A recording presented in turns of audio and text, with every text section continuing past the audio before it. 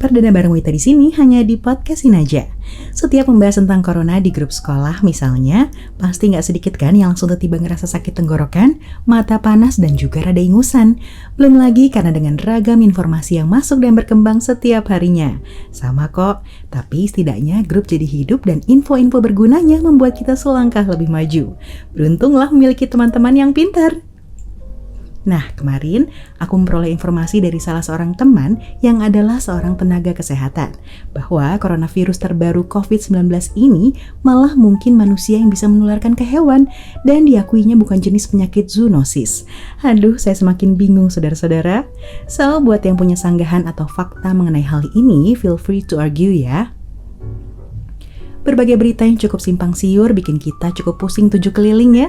Tapi yang menarik di sini adalah masing-masing dari kita tanpa memandang ras atau latar belakang cukup gesit dan agresif dalam menyampaikan atau mengutarakan pertanyaan, argumen hingga pendapat. Apalagi yang kaitannya sama pemberitaan yang muncul. Aduh, auto heboh deh pada. Tapi beruntung tingkat kepedulian di Indonesia tuh masih tinggi, apalagi yang berkaitan dengan bekal kesehatan diri. Ini penting banget kan? Hello, peduli sama berita-berita yang bikin shocking dan kita ngangas setiap harinya emang penting biar gak ketinggalan update. Tapi gak lebih penting daripada self-care. Jangan sampai ya. Karena panik baca-bacain atau searching segala headline mengenai corona, kita jadi gak ngurus diri sendiri. Lalu ngedrop, terus demam, terus sakit. Kalau udah gitu siapa coba yang rugi? Nah, kemarin dan hari ini aku mendapatkan beberapa informasi yang sekiranya cukup berguna. Nggak ada salahnya buat kita sama-sama praktikkan, mumpung lagi banyak waktu di rumah. Ingat ya, kesehatan adalah yang utama. Nggak ada excuse, nggak ada penggantinya. Yuk kita bahas mengenai desinfektan terlebih dulu. Menurut jurnal kedokteran, coronavirus dapat tinggal di permukaan benda hingga 9 hari. Disinfeksi permukaan dengan 0,1% sodium hypochlorite atau 62 hingga 71% etanol signifikan mengurangi infektivitas coronavirus pada permukaan dalam waktu paparan 1 menit. Efek yang sama juga diharapkan untuk melawan SARS-CoV-2. Nah, sodium hypochlorite ini salah satunya terdapat pada Biclean, namun dengan kandungan konsentrat yang lebih tinggi, yakni 5,2%.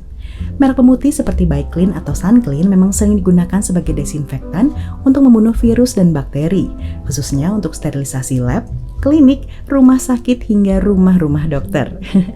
Yang perlu kita lakukan adalah mengencerkannya dengan air, hingga konsentrasinya menjadi 0,1%. Airnya juga nggak sembarangan ya, harus pakai Aquades alias air steril, atau minimal air yang sudah dididihkan. Untuk desinfektan lebih tinggi, malah disarankan langsung gunakan air mendidih, terkecuali untuk lantai nggak apa-apa kok pakai air biasa. Dan perlu diperhatikan juga proses pengencerannya. Jangan sampai salah agar mendapat konsentrasi yang benar, karena kalau enggak ya nggak bisa berfungsi sebagai desinfektan. Aduh ribet ya Bo, tapi nggak ada salahnya dicoba kan? Sebenarnya di pasaran dijual sodium hipoklorit, tapi tentu harganya cukup mahal dan dengan kandungan yang masih 5,2%. Di sini nggak usah pusing, karena teman aku yang jago kimia udah ngitungin. Kalau kata dia, M1 kali V1 sama dengan M2 kali V2. Kalau kata aku, ya berapa? Prinsipnya, satu tutup Biclean ditambahkan 52 tutup air, atau satu botol Biclean ditambahkan 52 air seukuran botol Biclean. Kalau takut celeng nyeduk air pakai tutup botol 52 kali, bisa juga satu tutup botol berapa mililiter menggunakan gelas takar, terus kamu kaliin 52 deh. Gimana dengan unsur kimia pewanginya? Nggak usah dipikirin pewanginya, yang penting kandungan sodium hipokloritnya berapa persen, pewanginya jadi bonus aja. Fokuskan ke daerah yang sering kontak dengan tangan kamu, seperti meja, kursi, pegangan pintu, dan yang lainnya. Tapi perlu diingat bahwa efek antibakteri campuran ini hanyalah 2 jam, sisanya jadi air.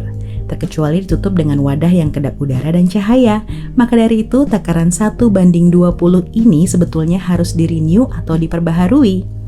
Perlu diketahui jika kandungan 0,1% adalah paling minim. Lalu untuk efek antibakteri minimal 0,3 hingga 0,5%. Sedangkan untuk efek antiorganik yang berarti menghilangkan semua zat organik minimal butuh konsentrat 2,5%. Beda banget ya.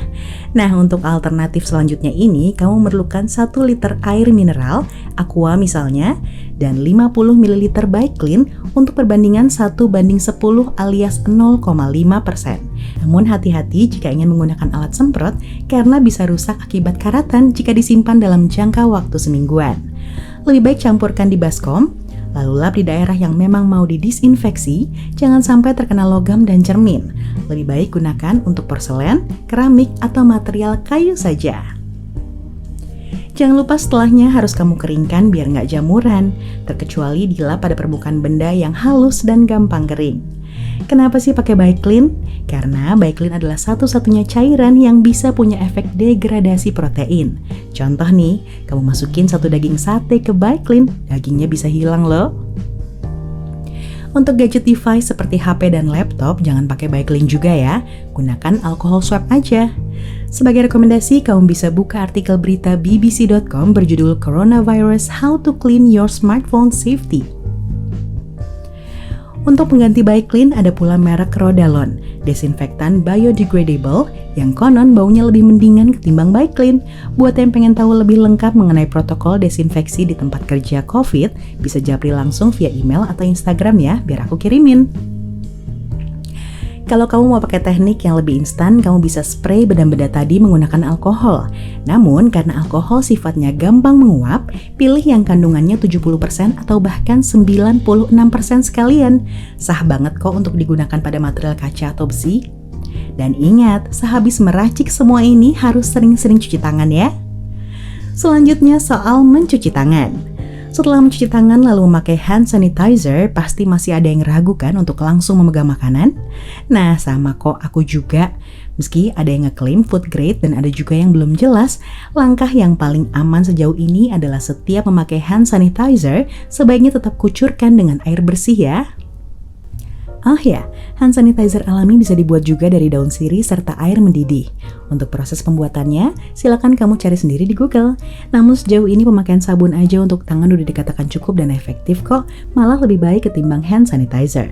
Terlebih dengan informasi bahwa lapisan terluar dari virus ini adalah lemak atau protein, sehingga jika terkena sabun akan hancur dengan sendirinya. Secara sabun bermerek Dettol yang batangan sepertinya belum langka, jadi untuk sementara bisa dijadikan salah satu pilihan ya. Tolong dikoreksi jika salah. Jadi, apa daun sirih ini dapat digunakan juga untuk mandi? Sok cari tahu sendiri. Nah, di episode selanjutnya aku akan membahas tentang imbus dan juga zat besi yang terdapat di makanan yang konon katanya berfungsi juga untuk mencegah corona. Tunggu aja ya. Ah ya, informasi ini datangnya dari grup SMA aku. Thanks ya untuk segala informasi dan pendapat dari kalian yang bermanfaat tentunya bagi aku, kamu, dan kita semua. Sampai bertemu di podcastin aja episode selanjutnya. Wita pamit.